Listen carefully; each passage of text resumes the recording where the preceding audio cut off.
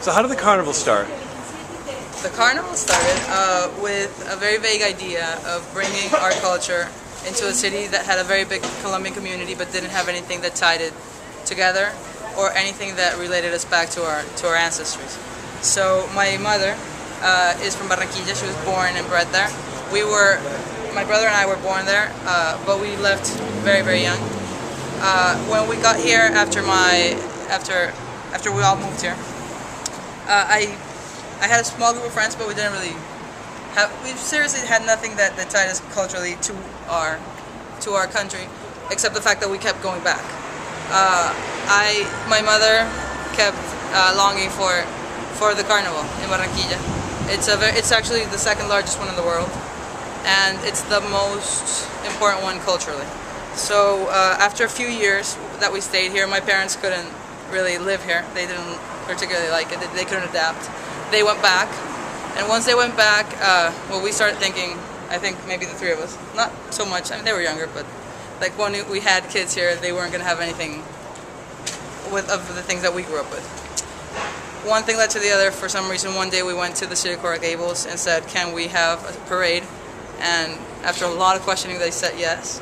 And what we thought was actually going to be a very small cultural demonstration was massive. I asked for permission for 300 dancers and like a crowd of 1,500 people, and the crowd was like 7,000 and the dancers were like 1,000.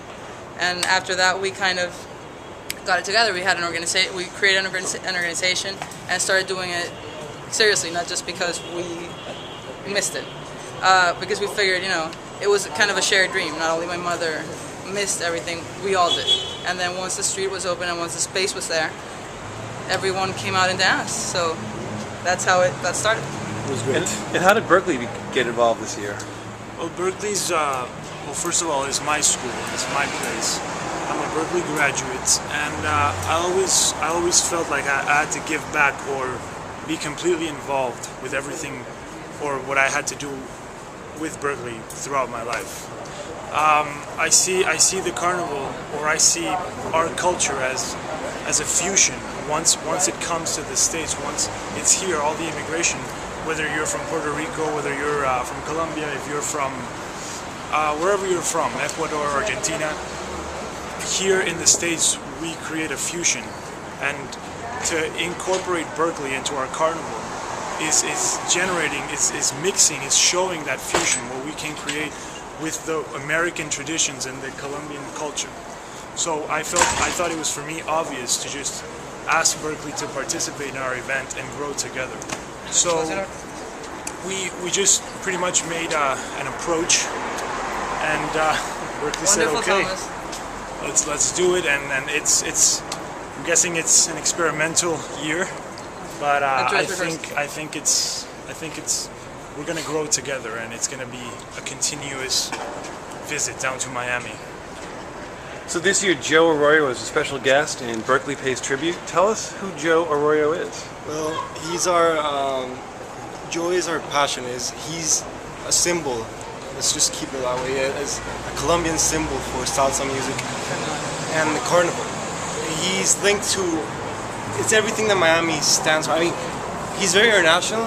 He's well known in the Miami area, in the Latin American community, and he's a symbol of the Carnaval de Barranquilla. I mean, his music is very, very, very important to us and as a community, and that just tells us how important that is.